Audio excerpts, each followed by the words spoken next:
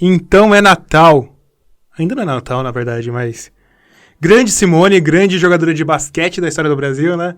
Chegamos no período do ano que está acabando o ano. Mas não só acabando o ano. Está acabando a década, Felipe. Brincadeira, hein? Ô louco, meu. Começo da década aí, cara. De outra década. Na verdade, existe uma discussão, né? De quando começa uma década, quando acaba outra. Tem gente que fala que começa no ano 1 e vai até o ano 10. Mas tem gente que fala que começa no ano 0 e vai até o ano 9. Sim. Inclusive, essa foi uma discussão que eu tive recentemente com o pessoal. Sério? Porque se você pesquisa no Google, fala que o século começou em 2001, né? Exatamente. Só que a década começou em 2000. É uma discussão que levanta dúvidas mesmo. Levanta. É algo que vai ocupar as mesas das ceias natalinas aí. Exatamente. Não vamos discutir sobre laranjal, sobre chocolate, sobre nada disso. Vamos discutir sobre o fim da década. O fim da década. Doideira, né? Doideira.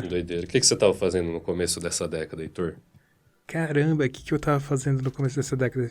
Seria 2009, né? O fim de 2009, início pra 2010. Isso. Considerando que a gente tá considerando aqui que a década começa no ano 0 e termina no ano 9. Isso. Esses são os anos 10. Os anos 10. Os anos 10. Será que a gente vai viver os anos 60 de novo, Felipe? Vixe!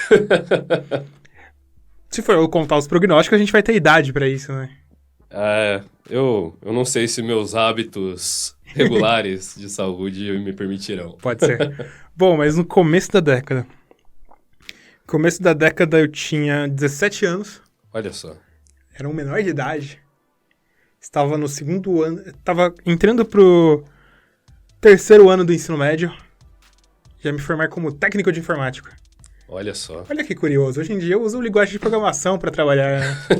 O mundo dá voltas. O mundo dá voltas. O mundo dá voltas. E você, como que tava no início da década, Felipe? Eu acho que eu tava... Tinha o quê? Uns 14 anos? 14, 15 anos? Quantos anos você tem hoje? É só tirar 10. Eu tenho... Não é muito difícil. Eu tenho 25. Então você tinha 15. Tinha 15. Tava colando ali no primeiro ano do ensino médio, praticamente. Faz tempo. O que você assistiu em 2010, Felipe? Em 2010? Em 2010. Cara, eu tenho certeza que eu devia estar assistindo essas coisas, tipo, Todo Mundo Odeia o Chris. É verdade. Provavelmente ainda tava assistindo bastante futebol. Eu assistia bastante também. Eu acompanhava muito pouco de NBA, só via notícia em tudo quanto é canto, assim, mas... Tudo quanto é canto não, era bem pouco que falavam, né? Eu nunca tinha nem prestado atenção, nem ouvido falar, eu tava caindo... Você mal sabia o que era basquete. Exato, eu ainda tava na minha cabeça ainda a ideia de ser jogador de futebol. Você quer saber que filmes fizeram sucesso em 2010, Felipe? Joga aí. A Origem. Nossa. Na origem da década, A Origem fez sucesso. Olha só que curioso. A Rede Social. Nossa. Que eu acho que a galera já falava que a rede social não estaria viva hoje. Mas ainda tá. Tá viva, cheia de problema. Toy Story 3. Nossa, Toy Story 3. Eu pensava que era... Toy Story 3? Eu pensava que Toy Story também era mais velho. Uhum. Tropa de Elite 2. O inimigo agora é outro.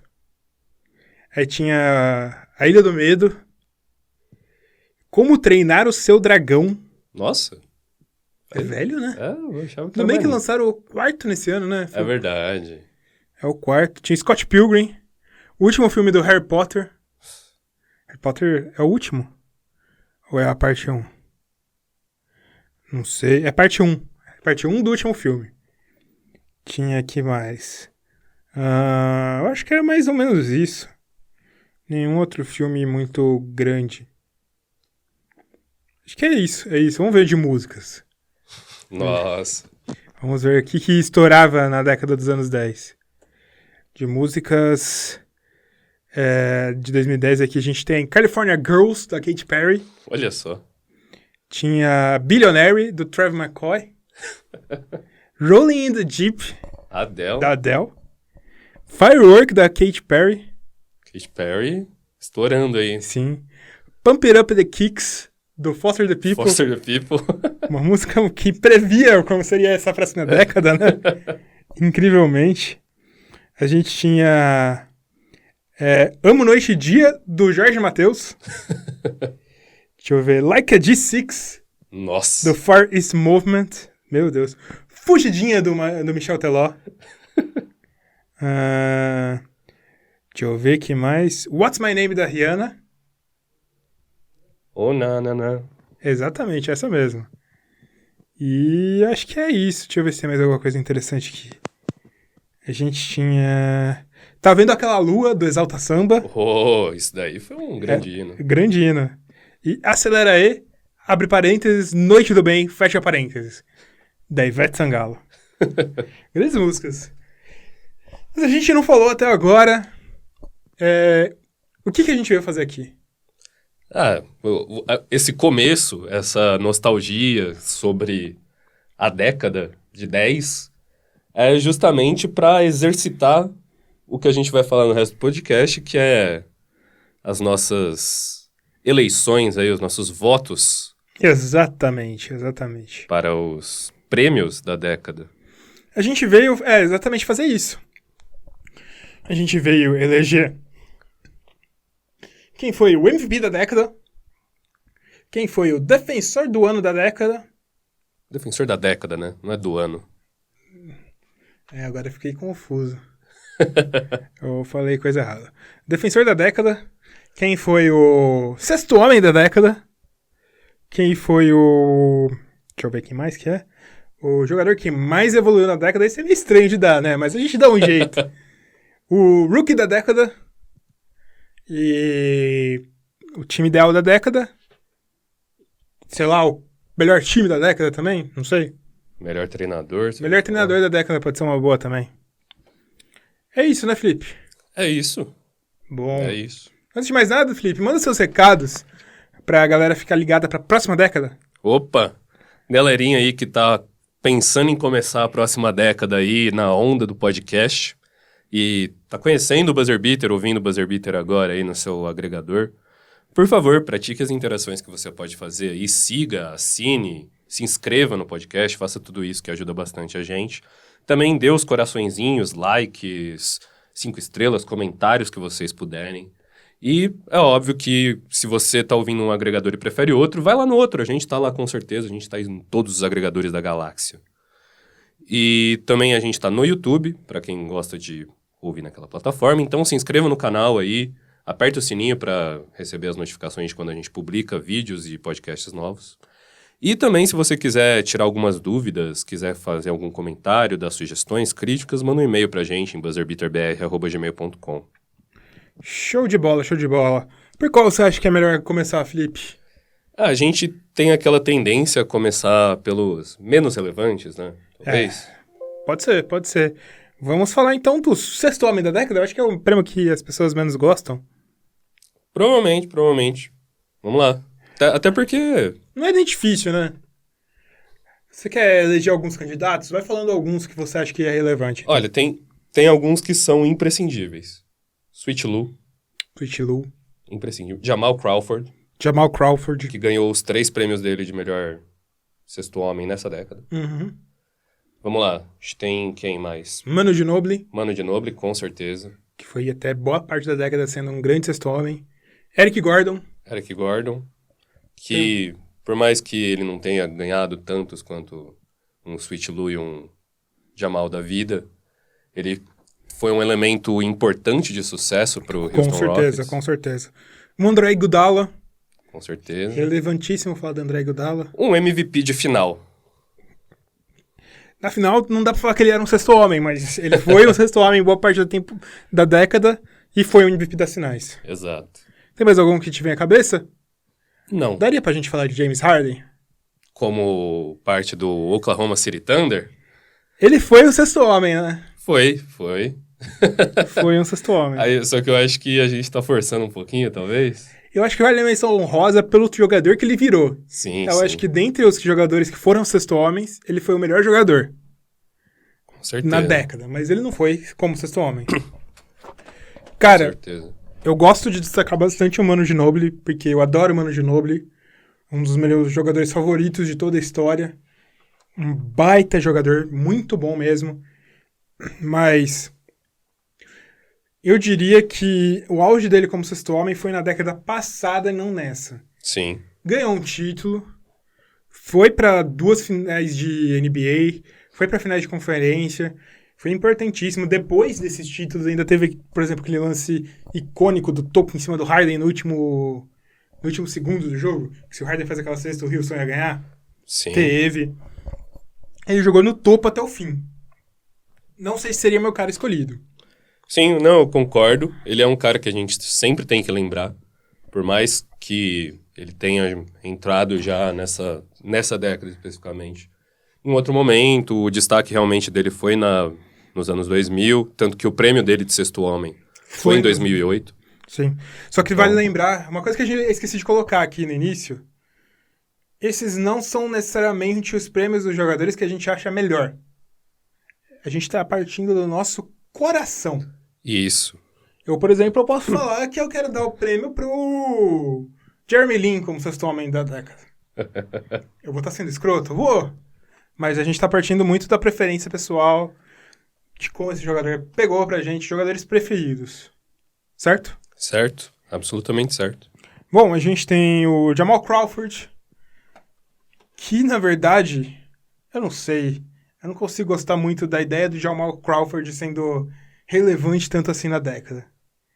Porque, cara, ele era um jogador muito bom, ele era um sexto homem bom, mas, cara, tipo... Eu tenho a impressão de que ele era eleito sexto homem do ano, só que ele nunca era necessariamente o sexto homem que mais impactava naquele ano.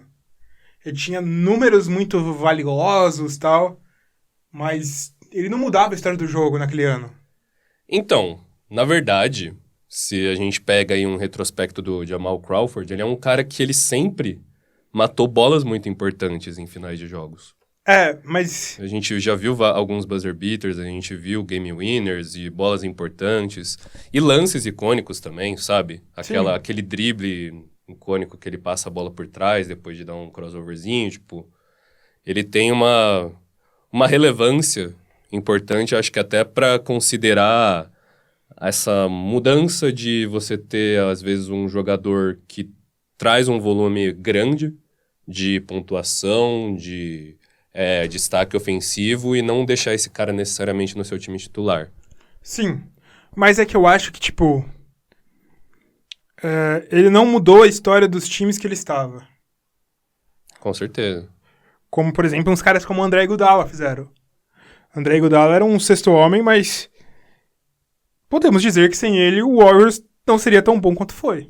Com certeza, tanto que, por mais que ele fosse o sexto homem, a formação da morte do Warriors continha ele. Exatamente. Por isso que eu não gosto de pensar... Eu não colocaria Jamal Crawford nem nesse top 3 do sexto homem da década. Olha só. Eu colocaria ele no top 3 da década, sim, para essa posição. 3 títulos e a relevância, tipo, justamente essa virada de, tipo, você ter um cara que é decisivo muitas vezes no seu banco jogando. A questão é que ele nunca foi necessariamente o cara mais importante do time, obviamente, ou o cara mais relevante, até porque também, uma parte dessa década, ele jogou num Clippers que tinha Chris Paul, Blake Griffin e DeAndre Jordan ainda num momento bom da carreira, né? Sim. Mas pra mim, se eu fosse fazer o top 3, pra mim seria Manu Ginóbili, do terceiro lugar, André Iguodala e Lou Williams. Lou Williams, porque ele acabou virando esse jogador, esse sexto homem. Ele se desenvolveu como sexto homem ao longo dessa temporada, dessa década. E, cara, Lou Williams também poderia concorrer pelo jogador que mais evoluiu na década. Porque não era esperado que ele ficasse tão bom assim ao final da década. E é esperado que ele já estivesse em baixa agora. Sim. E por mais que a gente esteja falando desse negócio de ter virado um pouco essa chave de você deixar um jogador bem dominante ofensivamente no banco, ainda é surpreendente um jogador que não é componente do time titular fazer simplesmente 25 pontos por jogo numa temporada. Exato, e a questão do Lou Williams é que, tipo, os pontos deles não são simplesmente pontos vazios. Você pode pegar que ele vai ter um jogo normal, se você olhar só as estatísticas, mas que ele fez 75% dos pontos dele em um quarto. E nesse quarto, o time que ele tava detonou o outro time. Ele foi completamente decisivo para a vitória, mas se você olha só o box score depois, não chama tanta atenção. E era isso, esse é o jogo do Williams. Ele pega fogo, né? É a expressão que usa, que ele pega fogo. Ele começa uma sequência muito boa, muito boa, muito boa, que o outro time não consegue reagir. E é por isso que eu acho que ele é muito mais relevante. Porque eu vejo o Jamal Crawford, tudo bem, tem jogos decisivos e tal, mas é aquele cara que ele mais produz números do que ele muda histórias de partida como o Lou Williams muda. Sim. Eu também acho que em alguns momentos também o Jamal Crawford ele não esteve em times muito interessantes, muito propícios. Pode ser, pode ser. Que ele jogou num Knicks aí, em alguns espaços que não eram tão legais. E eu acho que, na verdade, o Jamal Crawford ele foi bem relevante na primeira metade. Como quando o próprio conceito e a importância do sexto homem não eram tão grandes quando é na segunda metade. Exato. Aí, se eu fosse montar o meu, eu deixaria o Manu Ginobili em primeiro, pelo próprio saudosismo e por pensar e também por toda a relevância que a gente coloca nele, não só no basquete NBA, mas no próprio basquete sul-americano e mundial, tipo, é um cara fora do comum. Eu deixaria o Iguodala em segundo e eu colocaria o Jamal Crawford em terceiro. Eu gosto muito do Jamal Crawford. Eu vou colocar o Iguodala em primeiro, o Lou Williams em segundo e o Manu Ginobili em terceiro. Porque, cara, é uma reserva ganhando MVP das finais. Sim. Relevante demais e tá no... talvez a equipe mais importante dessa década. Sim. É uma briga brava, porque em número de títulos é que ganha, mas teve aquele Miami Heat do início da década, dos Heatles, que também é sensacional. Sim. Bom, técnico da década? Técnico da década. Cara, esse pra mim não tem muita escolha, cara. Eu vou citar os outros que passaram pela minha cabeça. Greg Popovich, porque Greg Popovich tem que sempre ser citado. Tudo que a gente falou do Spurs continua. Sim. Ele não achou jogadores tão maravilhosos como achou na última década, mas tem um Kawhi Leonard aí. Isso. E ele também querendo ou não, por mais que o time, a partir de um momento, não conseguiu se manter tão bem quanto anteriormente, ainda estava indo em playoff. Mesmo... Até essa temporada que a gente não sabe, mas eu não duvido dele acabar conseguindo no fim. Eric Spoelstra. Baita técnico, 2 títulos, é impossível falar outras 2 finais. E no início da década todo mundo falava que ele só estava conseguindo isso por ter Dwayne Wade e LeBron James ao seu lado. Finalmente a opinião sobre Spoelstra mudou. Sim. Porque hoje em dia todo mundo reconhece que é um grande técnico. Talvez seja até o candidato para ser o técnico da temporada. Spoelstra é um dos grandes técnicos mesmo. Um grande candidato para isso. Sim. Deixa eu ver se tem algum outro que vale a pena ser citado. Rick Carlisle? Eu gosto de dar um destaque para ele. Porque ganhou o título no início da década, o primeiro título da década. Em cima de um time badalado. Exatamente. E manteve um time relevante boa parte da década. E agora, no fim, no último ano, vai voltar para os playoffs. Exato. Acho interessante Rick Carlisle. Ia falar Mike D'Antoni, só que se ele tivesse voltado com tudo 1 ou 2 anos depois e tivesse mantido no topo agora, daria pra falar mais dele, mas o Rockets tá bem pra caramba, então vale a pena falar do Mike D'Antoni. Sim. Que ele que fez esse James Harden ser um monstro estatístico. Isso. O Mike D'Antoni talvez uma das coisas que só não ajudem muito o caso dele foi a passagenzinha dele pelo Los Angeles Lakers, né? Sim. No comecinho da década, que não foi a melhor possível, mas aí também tinha muita coisa que estava fora da própria mão dele. Com certeza, Houve uma pequena sabotagem que ele poderia fazer lá. A gente tem o Mike Budenholzer também, Foi Muito bom no Atlanta Hawks. Fez um Atlanta Hawks jogar um basquete impressionante. E tá fazendo a Milwaukee Bucks agora. Mas, cara, não tem outro técnico pra ganhar o técnico da década que não seja Steve Kerr. Revolucionou completamente a NBA. A NBA é hoje, assim, muito por causa do Steve Kerr. É por causa do Golden State Warriors como um todo, mas tem a mão do Steve Kerr aí no meio. E títulos, tipo, tem esse macro aí, tipo, de tudo que ele mudou em relação ao basquete, ou como o basquete é jogado. Tem o próprio fato cru de, tipo, o tanto de vitória em relação à derrota que ele teve, a porcentagem de vitória que ele tem nessa década, títulos e... É um ano final ruim. Sim. Eu não sei o quanto desse ano final ruim é proposital e quanto não é. Porque eles viram que não vai conseguir ganhar nada, vão pegar o James Wiseman da vida. Aliás, você viu que o Wiseman saiu da NCAA? Saiu? Eu não... Saiu. Ele vai treinar pro draft. Corajoso. Tô vendo ele cair dos top 10 daqui a pouco, assim. Não duvido cair, mas... Pode... Sorte de sorte quem cair de no algum colo. time, então. Porque ele é muito bom. Mas, enfim... É ele, cara. Não tem como ser outro nome que não seja James Wiseman. O James é o melhor treinador da década, James Wiseman. Steve Kerr. Não tem como não ser ele. Não, eu concordo com você. Isso daí eu não vou discordar de jeito nenhum. Não tem como. Bom, Eu sei que vai ter gente bastante discordando por causa da própria relação que... De amor e ódio com o Golden State Warriors. De amor e ódio com o Golden State Warriors e a própria elevação que a gente faz pro Greg Popovich, né? Mas... Eu acho que... Tudo bem. É mais fácil você dirigir um time e ganhar título se você tem Kevin Durant, Stephen Curry, Klay Thompson, Draymond Green no seu time. Mas antes disso, já estava sendo maravilhoso. Sim. Eu acho que o Golden State Warriors ainda assim teria pelo menos 2 títulos na década se não tivesse o Kevin Durant no elenco. Uhum. Bom, jogador que mais evoluiu... Esse é meio difícil colocar, é um título né? curioso. Eu acho que o nome mais fácil que vem à mente é um que a gente fala que todo ano é o jogador que mais evoluiu. Pode ser. Eu acho que a gente pode definir assim, o jogador que mais evoluiu é o jogador que começou a década, ou começou o ano que ele entrou, não sendo esperado tanto e acabou virando um jogadorzaço no fim da década. Pode ser também. Eu acho que é a melhor definição que a gente pode ter, né?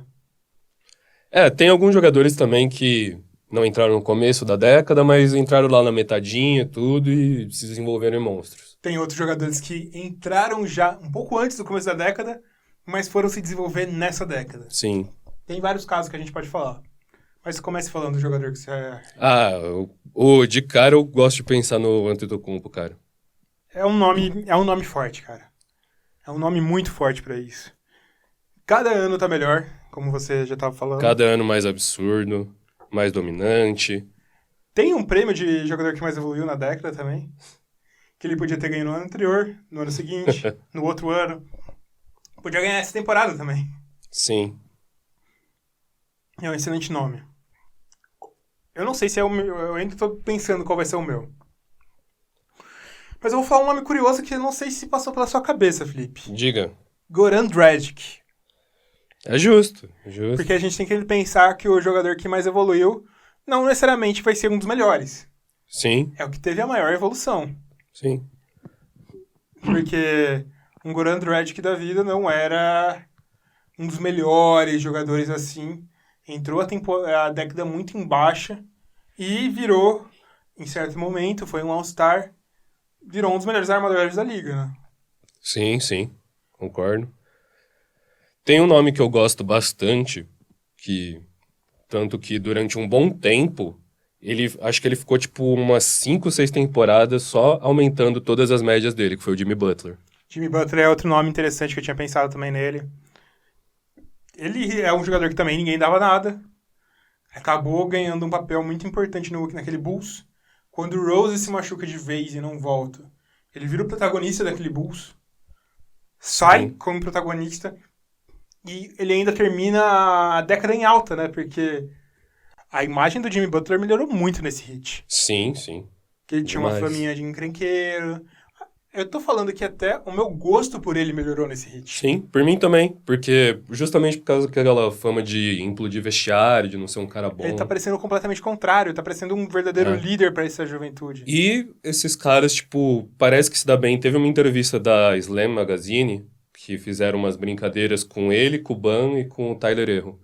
E mó legal, tipo, a dinâmica deles, a brincadeira. Dá pra perceber muito que eles ficam pesando bastante em cima do Tyler Erro, tudo. Tipo, E é uma coisa que eu vi legal, é que tava perguntando pra ele, como é que você... É pra você ser uma estrela de um time com uma única estrela. Ele meio que respondeu, nosso time só tem uma estrela? Você tá falando do Ban, né? Não de mim. Isso você não imaginava o Jimmy Butler falando nisso? Há um tempo atrás, de jeito nenhum. Tem outro nome que eu gosto de destacar, é Draymond Green. Com certeza. Draymond Green virou um jogadorzaço. Termina a temporada, a década em baixa? Termina, mas virou um jogadorzaço, aço. Eu gosto de pensar também num jogador que meio que evoluiu 2 vezes durante a década. Foi o senhor Nikola Vucevic.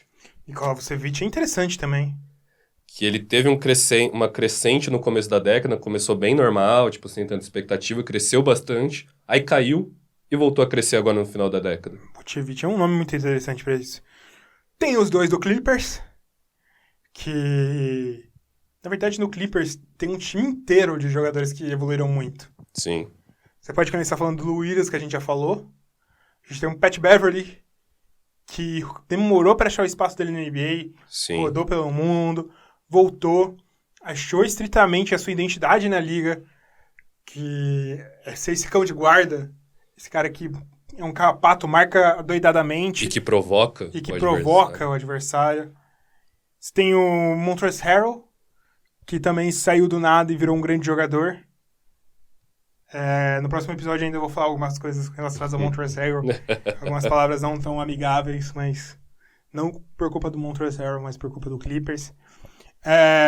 E tem os duas estrelas, né? Chegaram no Clippers como estrelas, mas não eram assim no início da década. Paul George e Kawhi Leonard. Que são jogadores que foram... Se eu não me engano, os dois... O Paul George foi que pique... Não sei se foi 10ª ou 15ª também. Ele foi uma pique não muito alta. Eu vou até confirmar pra você aqui. Porque começaram com poucas expectativas, foram evoluindo muito. 10ª pique. 10ª pique. Kawhi foi 15ª, foi fora de loteria. Isso. Eu acho que ambos não vieram de colleges, universidades muito badaladas. E são 2 dos melhores jogadores da NBA hoje em dia. Sim, e 2 dos mais completos também. Sim. Bem impressionante. Deixa eu pensar que outro jogador também teria. Eu acho que um pouco fora do escopo, mas é um cara que também evoluiu bastante no decorrer da década. O próprio Stephen Curry. Stephen Curry poderia ser. Poderia ser um grande nome, porque é que a questão dele é que ele chegou com um hype certo na NBA. Ele já era visto como um bom jogador, que seria pelo menos um grande chutador da liga. Sim. Mas... E acabou virando um dos melhores armadores da história. Isso. Então não tem nem como não citar Stephen Curry aqui no negócio. Acho que eu não lembro de mais nenhum nome na minha cabeça. Até porque às vezes a gente para em alguns one-year wonders aí que não vale a pena citar, né? Sim. Tipo, tem os que a gente poderia citar o Siakam, mas eu acho que talvez seria muito cedo pra pensar no escopo de década, assim. Sim.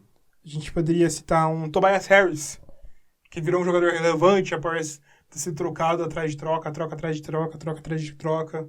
Sim. A gente pode falar de quem mais? Um Oladipo. Que foi grande também. Eu acho que pra mim... acho que a gente vai no mesmo nome. Vai ser Giannis Antetokounmpo. Porque é um cara que veio da 2ª divisão do basquete grego. A galera mal sabia falar o nome dele direito. Hoje muita gente ainda não sabe, mas boa parte dos fãs de basquete sabem. Sim. E só de você saber fazer a galera falar seu nome, que é Antetokounmpo, já é um baita feito. Exatamente. E ano após ano ele melhora. Desde que ele entrou na liga, ano após ano ele melhora. Cada vez mais dominante. Chegou como um menino magrelo. Hoje tem uma massa incrível. Ele é um touro que enterra sem precisar pular. Sim. E ele pula, hein? Se precisar pular, ele pula, hein? Volta e meia a gente vê ele dando dunks da linha de lance livre no meio de um jogo, né? Eu tô Então, esperando ele dar uma dunk da linha de 3 no meio do jogo. aí a gente pode parar de ver NBA, simplesmente. E que os meus receios desde o final da temporada passada estão tornando realidade. Ele está virando um arremessador decente. Contra o Lakers, recentemente, ele fez 5 de 8. Meu amigo. Isso não é número de gente que arremessa ok. Já tá começando a virar no patamar de virar um arremessador decente pra bom. E se ele adiciona isso no seu jogo, fica muito difícil de conseguir marcar um cara desse.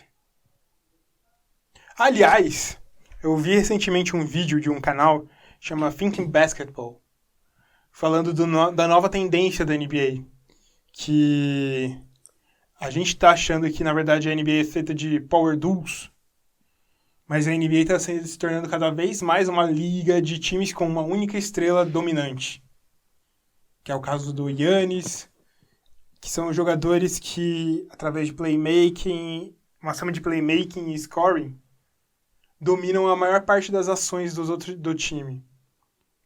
Acho que somando os dois, ele considera um time com uma estrela dominante, que um jogador somando a porcentagem de playmaking e de scoring que ele participa, ou pontuando, ou fazendo o lance para os pontos, que some 55%. Uhum. E nessa temporada da NBA, acho que tem uns 6 times com esse time, com Essa característica. Que é o Lakers com o LeBron, mesmo tendo o Anthony Davis do lado, que é o Dallas, que é o Bucks, que é o Hawks. Tem mais os outros 2 times que eu não lembro agora de cabeça, mas... Houston com Harden. O Harden, inclusive, quando o Russell Westbrook tá no banco, essa taxa chega a 77%. Meu Deus do céu. E eu não lembro mais alguns outros, mas é um fator interessante, né? Porque a gente não percebe. E isso é um pouco, pra mim, estimulado pelo próprio Antetokounmpo. Porque funciona com ele. Sim. Eu acho que talvez faça menos sentido você parear um Antetokounmpo com outra estrela de outro calibre, que talvez o time fique até pior. Sim, porque, querendo ou não, o que dá certo agora é ele fazer os absurdos dele. E quando você pareia com outra estrela, você tira esse tempo de bola na mão, né? E, além disso, é muito mais fácil você achar arremessadores, muito mais fácil você preencher com 4 arremessadores do que com uma estrela do lado. Uma grande estrela. O próprio custo é menor, né? Porque hoje o arremessador de 3 na NBA são commodities. Sim. Isso é interessante. Bom, Antetokounmpo é o jogador que mais evoluiu. Rookie do ano, agora a gente tem uma pequena discussão, né, Felipe? Tem uma dúvida aí, né? De como considerar isso. O que é o rookie da década, né? A gente tem duas... A gente pensou um pouco antes, a gente pensou que 2 classificações poderiam ser feitas. O jogador que teve a melhor temporada de rookie dessa década e o melhor jogador que começou nessa década. Que foi rookie nessa década. Dentre os que foram rookies, qual virou o melhor jogador? Dariam 2 nomes distintos pra mim. Sim. Qual que você acha que a gente leva? A gente faz as duas? Vamos brincar com as duas. Vamos com o mais fácil. Que é o que teve a melhor temporada de rookie nessa década. Cara, vou citar um nome primeiro que eu acho que não é um nome que eu escolho, mas é um nome que vale ser... Vamos na verdade, pensar os rookies do ano dessa década. Vou pegar essa lista. Vamos. Acho que é mais fácil, porque vai que eu esqueço de algum.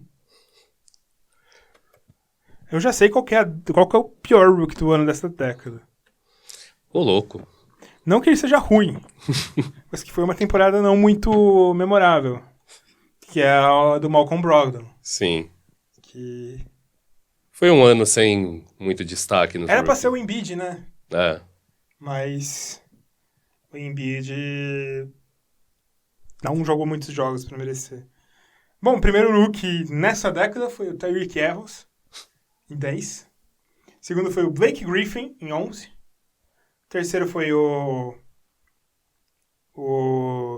Kyrie Irving, em 12. Depois o Damian Lillard, em 13. Depois o Michael Carter Williams, em 14.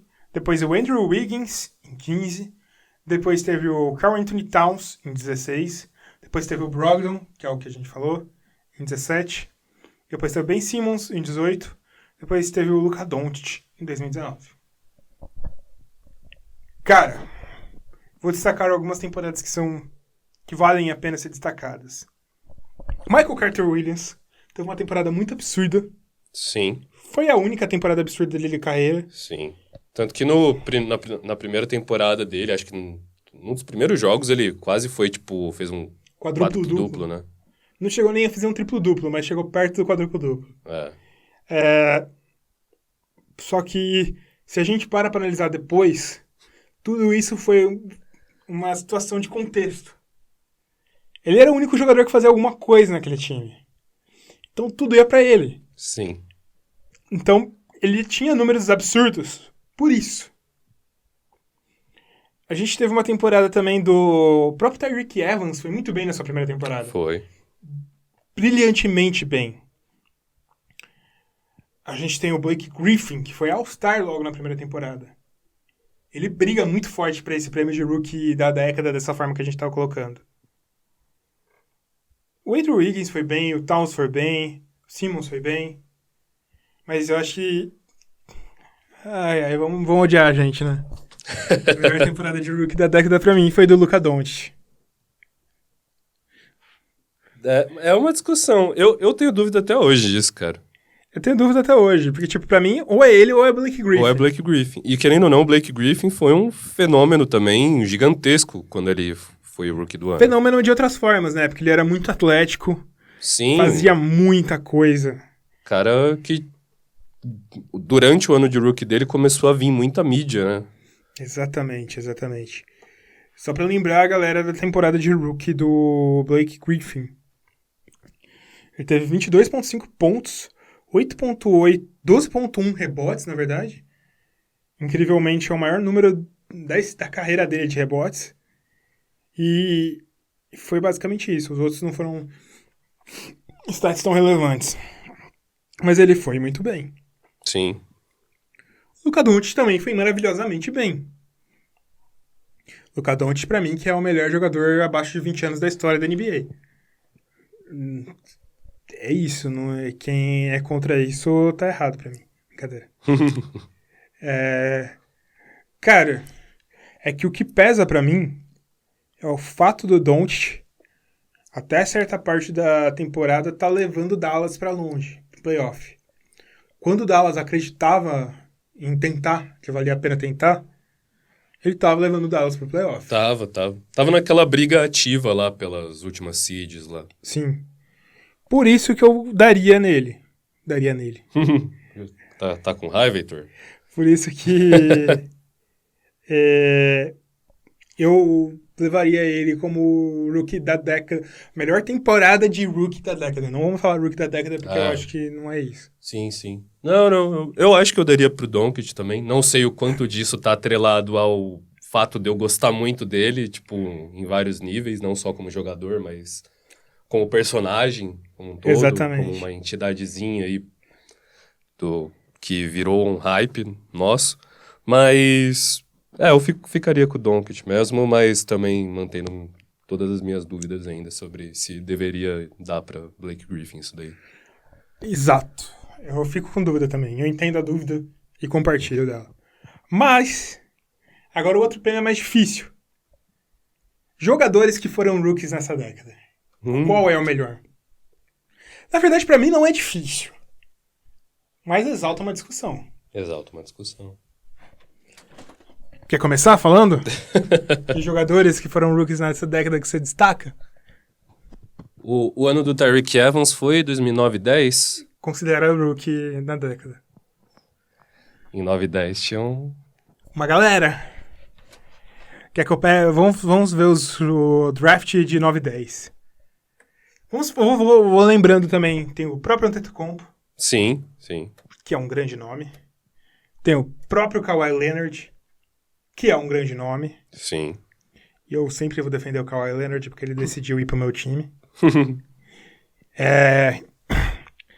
A gente tem também, quem mais que a gente pode citar? Damian Lillard, Anthony Davis, Nikola Jokic, Paul George. E nesse draft de 2009, a gente tem um James Harden e tem Stephen Curry. Então. É muito difícil não escolher Stephen Curry, cara. A gente tá falando de um cara que, como a gente disse, cara, no decorrer de todos esses anos, ele virou um dos maiores armadores da história da liga. Exatamente. Tudo bem, Harden vai acabar como um cara relevantíssimo. É um dos maiores alas armadores da história. Isso. O próprio Antetokounmpo tá a caminho de fazer uma carreira absurda, dominante. Sim. Só que a gente tá pegando basicamente o período em que o Stephen Curry começou na liga e, tipo, terminando já como num outro status, sabe? É absurdo. E o Stephen Curry é um cara que sai com 3 títulos, 2 MVPs, vários All-NBAs, vários All-Stars. É relevantíssimo. E o único MVP unânime da história até agora. Sim. Então não tem como ser ele, né? Sim, pra mim é ele. Justo. Dentro dessa lógica aí, pra mim. Defensor da década, Felipe. Difícil, hein? Esse é difícil. Tem bastante gente aí interessante. A gente tinha feito um algoritmo. Acho que a gente acabou nunca postando esse vídeo, não sei porquê. Acabou se perdendo no tempo. Sim.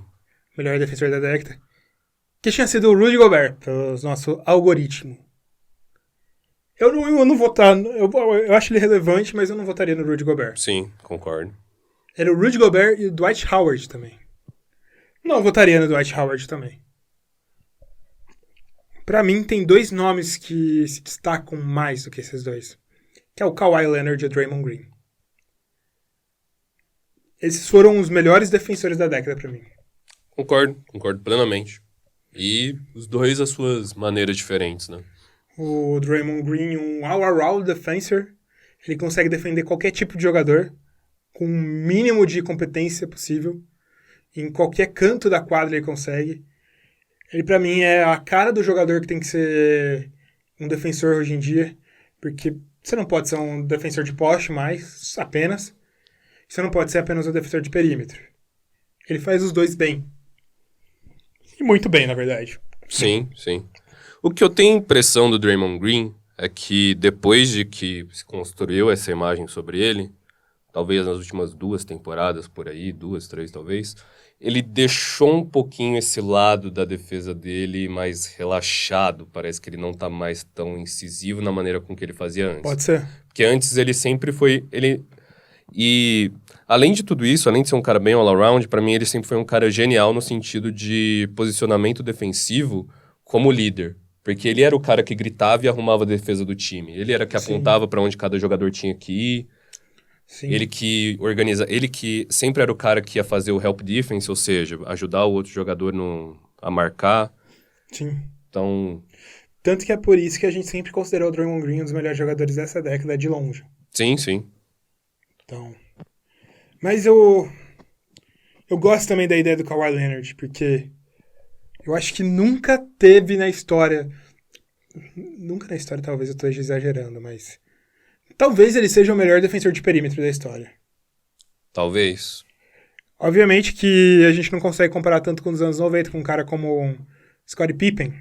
Gary Payton. Gary Payton, porque o perímetro não era tão exigido daquela época. Mas o Kawhi, ele é um dos melhores, com certeza. Sim, não, é bizarro. Bizarro o que ele faz. E o tanto que ele é clutch no ataque, ele também é clutch na defesa. Já definiu muitos jogos com sua defesa.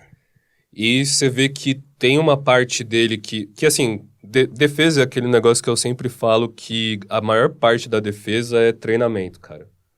Não tem muito de sentido sobrenatural, de talento. Tem muita coisa na defesa que é realmente treinamento e atividade, você tá sempre se mexendo, tipo, é algo que você não consegue fazer bem quando você tá fazendo meia boca. E ele sempre foi naquele ritmo, tipo, incomodando com aqueles braços, com aquelas mãos gigantes dele. Só que ele é um dos caras que ele tinha algumas coisas que era bem sobrenatural, sabe? Ainda tem, na verdade. Que é cutucar uma bola que ainda tá sendo pingada. Teve uma que ele pegou, não sei se você lembra, acho que foi nos playoffs pelo Toronto, que foram fazer um passe por baixo e ele simplesmente pulou pra agarrar a bola. Sim, é o Hustle. Aquele... E era um passe que, tipo, ele tava de costas e alguém passando uma bola quicada e ele simplesmente se jogou no chão igual um goleiro e catou a bola. Aquilo lá, velho, ninguém faz. Ninguém faz. E é uma coisa que também a gente... Que desses dois jogadores, tudo bem que eles têm até médias elevadas de... Principalmente roubos de bola, os dois, mas o Draymond Green também de tocos. Sim. Mas se a gente pegar na maior parte do tempo, deve ter muitos à frente deles com roubos de bola e tocos. Sim. O próprio Chris Paul, por exemplo, tem mais roubo de bola que eles. Porque, às vezes, uma pessoa focar muito em roubo de bola, focar muito em toco, ele acaba deixando a defesa mais desprotegida do que qualquer outra coisa.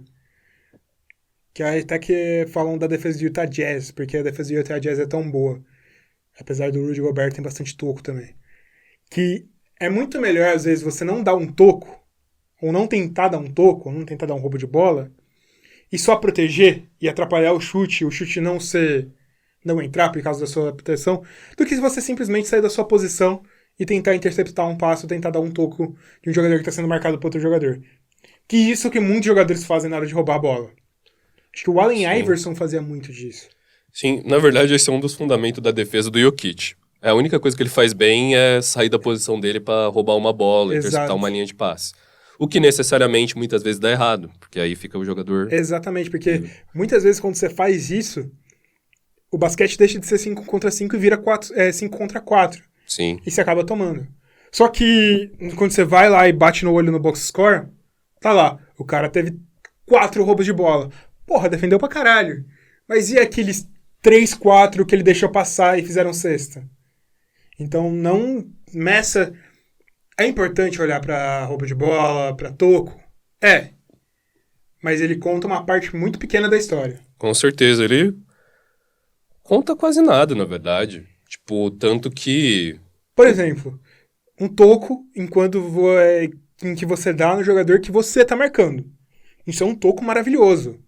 Você não deixou nada livre, você manteve a sua posição de defesa e você defendeu. Mas na teoria, ele vale o mesmo tanto do que se aquele cara arremessasse e errasse. E você pegasse o rebote. Sim. Pro ponto final, vale a mesma coisa. Mas enfim. Ele vale em algumas situações específicas do jogo. Ele conta quase nada como uma estatística defensiva. Sim, não. A defesa por si só, ela tem que ser medida e observada através de algumas leituras, alguns números mais avançados que a gente tenta usar, mas eu acho que às vezes nem esses números a gente consegue traduzir. Eu acho que muito disso a gente consegue só ver vendo o jogo, observando. E ainda não simplesmente vendo o jogo. Olhando o jogo naquele momento certo, porque, primeiro, se você vai olhar o jogo e olhar só o cara que tá com a bola, você vai perder muita história acontecendo. Por exemplo, o Kawhi Leonard, como um grande defensor, ele pode ir jogando... Deixa eu pensar um time aqui. Jogando contra o Toronto Raptors. Ele não vai marcar o Fred VanVleet. Mas ele pode impedir que o Pascal Siakam esteja livre para receber a bola. Sim. Só que você não vai olhar isso. Você vai olhar o Fred VanVleet dominando a bola. Com a bola, sim. Por isso é difícil de ler defesa. O Manu Ginobili era um excelente defensor. O Klay Thompson é um excelente defensor. É um excelente defensor. Só que a gente não vê isso. Olhando o box score, olhando o próprio jogo, é meio difícil de perceber. Sim. Tim Duncan era um excelente defensor. Muito melhor do que os números falavam. Com certeza. Talvez o Tim Duncan, pra mim, é um dos melhores defensores da história. Com certeza. Eu acho que até às vezes no que a gente tá no olhar mesmo, tipo no on-ball defense, tem muitas coisas que a gente não considera. Tipo, não importa você realmente conseguir um steal, por exemplo. O que importa é você fazer o cara não fazer cesta. Você impedir a ação do cara. Não deixar ele ficar confortável para fazer um passe, marcar. Não dá tempo para ele respirar e ver o que tá acontecendo. Muitas vezes é mais efetivo do que você tentar o steal, você zerar o cronômetro. Um cara que a gente viu, inclusive, ao vivo, fazendo muita coisa parecida, era o Alex Garcia, cara. Com certeza. Quando a gente via ele no Bauru. Com certeza. Ele marcava e não deixava o cara fazer. Muitas vezes o roubo de bola, o toco, eles acabam sendo algo que ajudam mais o ataque do que a defesa. Sim. Porque você consegue conectar em transição mais rápido. É uma coisa boa, mas, falando de defesa em si... E tudo isso a gente fez toda essa explicação pra falar que Kawhi Leonard e Draymond Green, eles são defensores maravilhosos, muito além daquilo que a gente vê. Sim. Acho que essa é a questão mais... Que filosofia, né? Né? A gente foi talvez o prêmio que a gente mais filosofou aqui. Porque é difícil explicar uma boa defesa. Mas é É justamente muito isso. difícil perceber. Porque a gente fica bem... Como hoje a gente tem acesso tão fácil a estatísticas, box scores e não sei o quê, a gente tenta, sempre fica tentando colocar relevância em cima dos números simplesmente. Sim. Quando, querendo ou não, a narrativa não acontece só através deles, acontece no ato, no jogo. É muito difícil olhar todos os números, Né? que é um número que pouca gente olha. Se alguém marca o Harden, que normalmente tem 20 e poucos arremessos por jogo, e em determinado jogo ele tem 9 arremessos por jogo, significa que o Harden não sentiu muito a vontade para arremessar porque o marcador foi bem. Sim. Ou não necessariamente porque o marcador foi bem. Pode ser que ele só não sentiu a vontade para arremessar porque ele tava num dia mal. Mas aí você tem que assistir o jogo para saber. Exato. Ou ver os lances para entender por que o Harden não arremessou tanto. Uhum. Exatamente. E essa é a fita. Enfim, a gente chegou a 2. 2. Se a gente fosse colocar o terceiro, você colocaria quem? Terceiro, rapaz? É. Difícil, hein?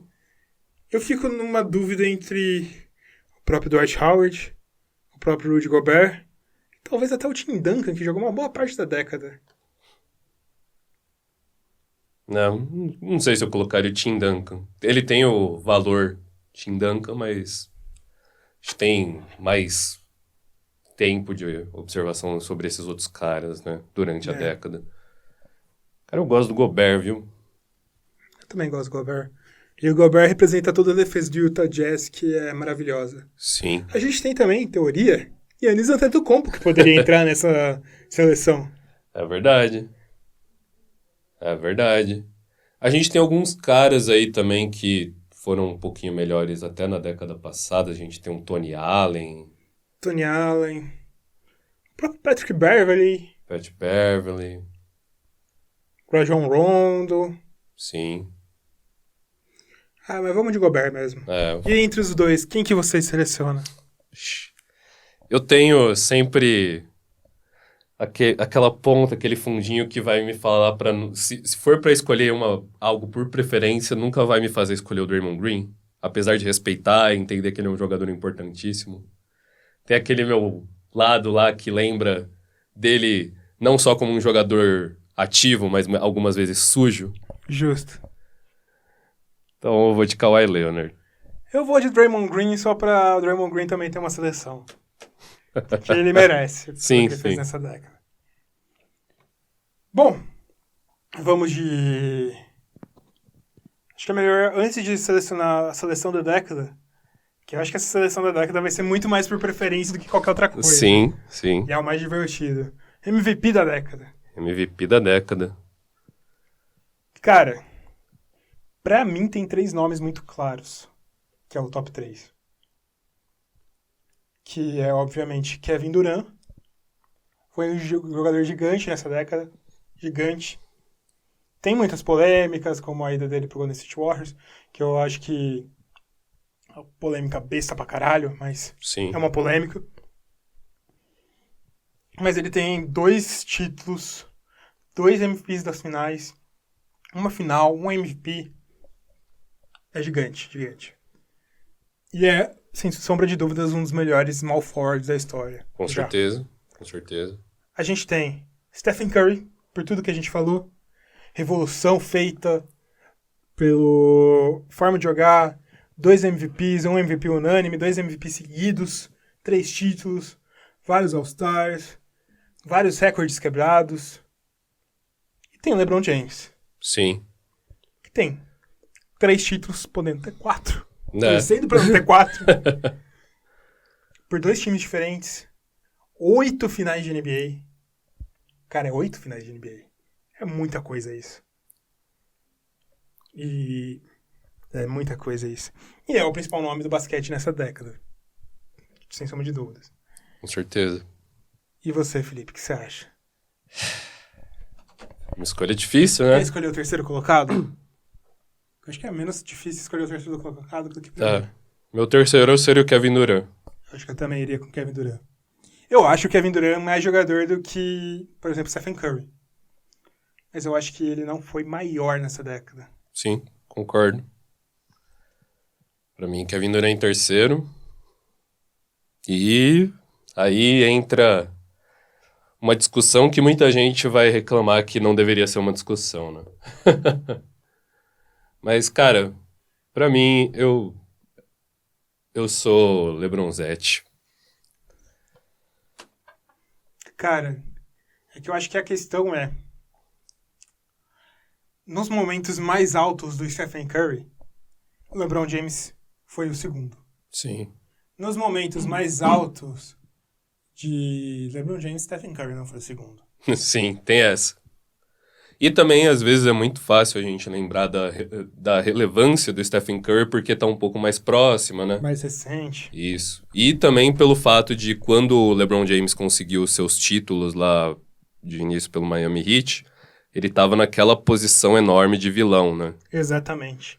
De traidor. Eu acho que até o fato dele ter conseguido reverter essa posição de vilão para herói já mostra o tamanho dele. É.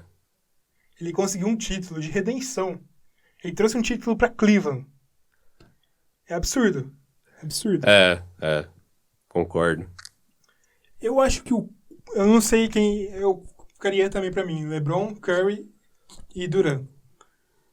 O quarto e o quinto, eu acho que para mim seria não sei em qual ordem. Kawhi e Harden. Esses para mim seria não sei qual ordem. Justo. Porque o Harden individualmente, não sei nem tanto se individualmente, mas em números, em títulos, ele fica na frente do Kawhi, mas o Kawhi tem uns feitos muito absurdos. São 2 MVPs de finais. Sim. Um como surpresa e o outro como Uma... coroação. Sim. Eu também não sei em que ordem eu colocaria. Mas pra mim seriam esses 2 também. Sim. Bom, Felipe, vamos montar time agora. É que eu acho que esse top 5 já meio que indica um time. Talvez. Mas não tem um center aí. Não tem um center. Mas esse time, pra mim, agora, não é dos melhores. Eu acho que daria pra montar o time dessa década. Vamos fazer outra coisa antes. Pensando em todos os jogadores que passaram pelas franquias. Olha só.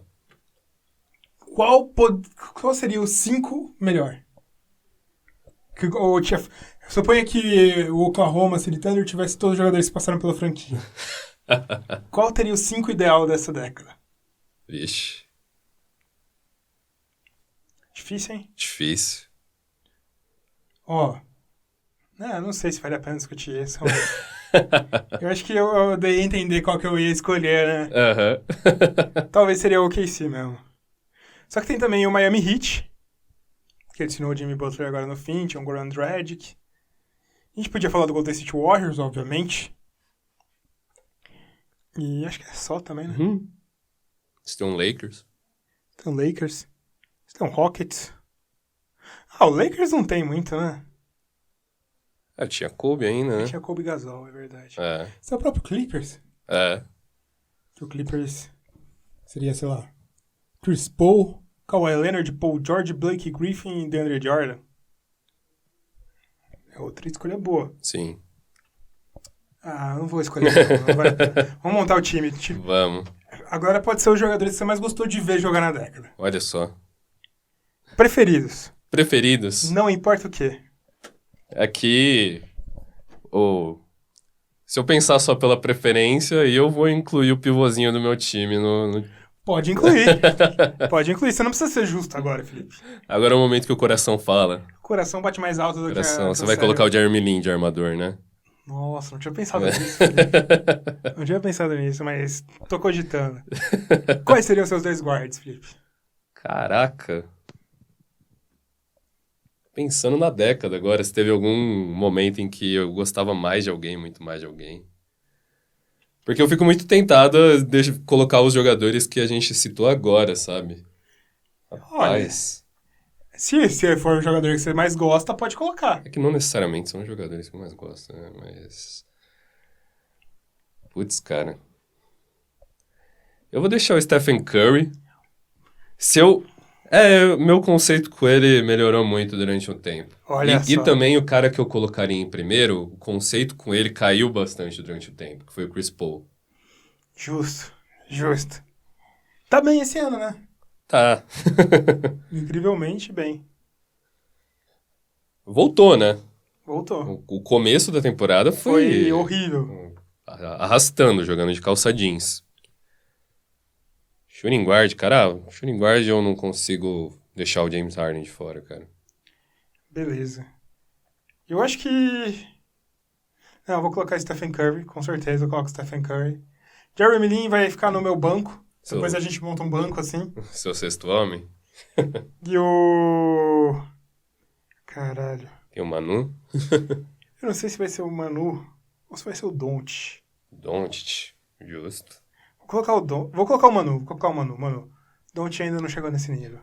Vai ser o Manu Ginobili. E... Os alas, Felipe. Os alas. Alas.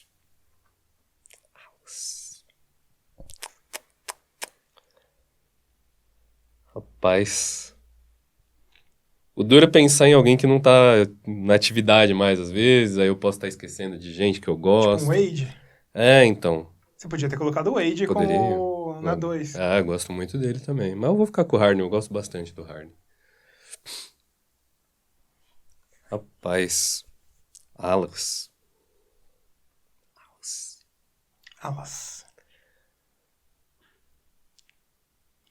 Eu vou falando dos meus, então. Deixa eu pensar um pouquinho aqui. Eu vou deixar o LeBron pra você colocar.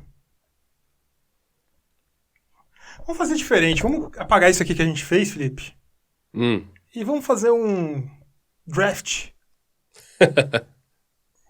Faz assim. Eu escolho um, você escolhe outro. Você escolhe outro, eu escolho um. Pode ser. Pra montar esse time ideal. Esses 12 aí. Os 12. Beleza. Vai. Você começa. Desde o início agora. Eu começo? É. Sim, mas falando ainda com jogadores que a gente gosta, né? Exatamente. Eu vou já começar com LeBron James pra... LeBron James. acabar.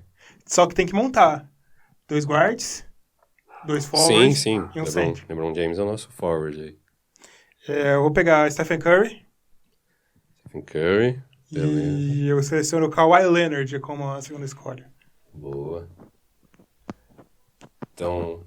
Eu vou então naquele nome que que eu poderia ter colocado. Eu vou colocar Dwayne Wade. Você tá montando Heatles de novo? É. Boa. E agora qual que é o outro? E aí eu vou jogar sujo, né? Com o pivô do time e vou colocar Nikola Jokic. Justo. Já que você selecionou um pivô, eu vou selecionar um pivô também. Tim Duncan vai ser o meu pivô. Tim Duncan. E selecionou o LeBron James já. Tem que ter muito mais a ver com o que eu gosto. Eu vou selecionar Giannis Antetokounmpo pro meu time. Justo. Beleza. A gente tem quantos até agora? Eu tô com 4, você tá com 3? Você vai fechar seu time titular agora. Fechar meu time titular? Beleza, eu tô com Jokic, Wade e LeBron, né? Isso. Eu vou... Você precisa de um guard e de um... Eu vou de Doncic.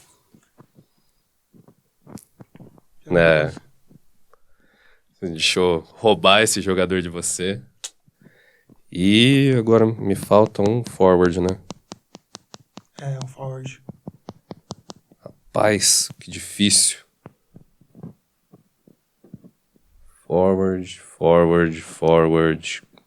que eu gosto.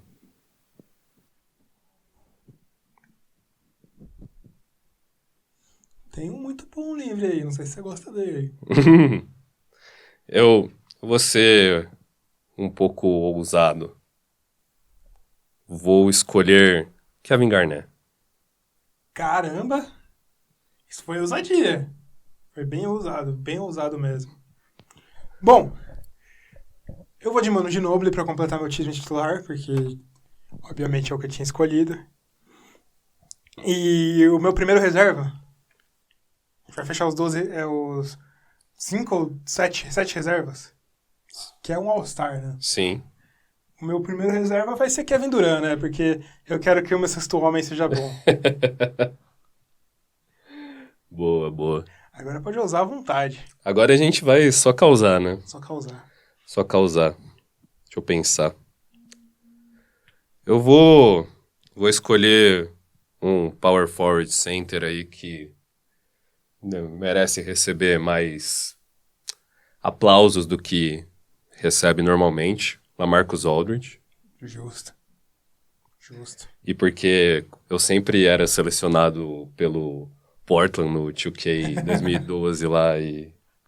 2013, eu acho. E ele era o cara que eu conseguia meus triplo-duplo. Da hora, da hora. E... vamos pensar num outro cara que eu goste aí. Pensar na década.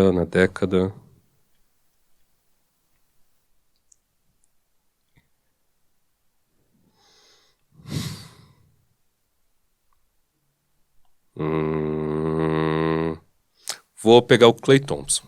Klay Thompson. Escolha diferente. Eu vou selecionar Blake Griffin, que foi um dos caras que me fez acompanhar o Clippers e virar Clippers. Você vê que eu não preciso de motivo muito forte pra virar torcer pros times. E Marc Gasol. Adoro Marc Gasol como jogador. Justo. E você, Felipe, agora? Tô com 7. Tem um jogador muito bom ainda sobrando aí. O duro é que quando a gente começa a pensar na década, a gente não começa a não lembrar dos nomes. Que ainda tá nativo, inclusive. Hã? Sim. Deixa eu pensar. Eu tô com 7 jogadores? Isso? Não, é? Isso, você tá com 7. Falta mais 5. Mais 5. Caralho, rapaz. Difícil. Dirk Nowitzki. Dirk Nowitzki, grande nome. Dirk Nowitzki. E eu vou pegar um nome pouco incomum, talvez, mas você me lembrou dele. Por causa do Marc Gasol, vou pegar o Mike Conley. Mike Conley, caramba, ousado. Gosto muito do Mike. Ousado. Eu ia pegar um nome mais nada a ver ainda, na verdade. Eu ia falar de Ron Williams, porque eu gostava muito dele no Nets, mas... Caramba. Mike Conley. E eu vou pegar um que eu gosto muito, que você já chutou a bola antes, que é o Jeremy Lin. Jeremy Lin tá lá no meu time, pra eu conseguir a audiência asiática. E eu vou pegar o Paul George também, eu gosto muito do Paul George. Justo. Tá no seu time, né? Tá no meu time, tem que colocar aí, né? Ai. Eu vou de Vince Carter. Vince Carter? Vince Carter. Nessa década, Vince Carter? Nessa década, cara. Nessa década, justo. Que eu gosto. Gosto muito do Vince Carter. Rapaz. Tem um muito bom que você tá deixando de fora, Felipe. Qual que é o seu time titular? O meu time titular? Pra você lembrar, ver se você tá esquecendo ele. O meu é Stephen Curry. Stephen Curry já tá no meu. Não, quem que é? O meu é Wade, Doncic, LeBron, Garnett e Jokic. Não tá esquecendo de nenhum aí que você deixou de fora, titular? Não. Tá bom. Eu quero ver, inclusive, você escolher ele. Cara, eu não sei, bicho. Pensando nos caras que eu gosto mesmo. Tá difícil. Tá difícil. Tá difícil. Chega um momento que eu simplesmente não lembro dos jogadores. Difícil mesmo. Eu vou pegar... Eu tô sempre pegando, acho que, um cara grande e um guarda, agora que eu tô percebendo. Não sei porquê, mas eu vou pegar o Chris Bosh. Chris Bosh? É. Agora você pegou dois grandes. Foi o Dirk e o... Não, você pegou o Vince Carter agora. O Dirk Vince foi Carter, isso. Bom, eu vou pegar o James Harden, que você deixou de lado. Não queria. Não queria? Não. Vai ser o sexto homem do meu time. Sétimo homem, na verdade. Tem o Duran. Essa é a minha última seleção já? Eu não sei, Eu acho Heitor. que é a última. Tem mais uma na seleção. Putz, vamos pensar aqui. Difícil. Um jogador que eu gostei muito nessa década, deixa eu pensar. Boban Marjanovic. Justo. Fechei meu time com Boban Marjanovic. Deixa eu lembrar meu time agora. Stephen Curry, Manu, Kawhi Leonard, Giannis, Tim Duncan, Kevin Durant, James Harden, Mark Gasol, Jeremy Lin, Boban Marjanovic e... quem mais? Faltam 2. Eu peguei mais 2 que eu sei. Ou será que eu não peguei? Eu não sei mais, Heitor. A gente se perdeu. Tô perdido já. Tô perdido, bicho. Tenho certeza que eu peguei mais 2. Blake Griffin. Falta mais um. Quem que eu peguei? Paul George. Paul George. Pronto. Esses são meus 12. Não pede pra eu relembrar de novo que eu não vou esquecer. Eu não lembro mais os meus. Bom, faltam 2 pra... falta 1 pra você. Um pra mim. Falta um. Difícil. Pensa uma mais aleatória do mundo. Então. O duro é que veio um nome bem aleatório, mas é dessa temporada, então não vale a pena. Claro que vale. Sempre vale. Sempre vale. Taco Fall. Taco Fall. Estreou aí. Só pra competir com a altura do Boban, né? Eu preciso. Justo. E acabamos aqui nosso episódio, Felipe. Acabou a década, acabou nosso episódio. Esse episódio que foi muito mais longo que os últimos. O pessoal tá acostumado aí com uns de meia hora, 25 minutos. Foi mais longo, galera. Mas é isso. Desejamos uma ótima década seguinte pra vocês. Talvez melhor do que essa, porque teve vários problemas nessa década, mas também teve várias coisas boas. Tipo o nosso canal surgindo. É verdade. Espero que não tenha sido um dos problemas pra vocês. Mas é isso, galera. Falou! Até semana que vem tem mais um episódio nesse ano. E é isso. Falou. É nóis. Tamo junto. Valeu! Manda e-mail pra gente, buzzerbtbr@gmail.com. Falou!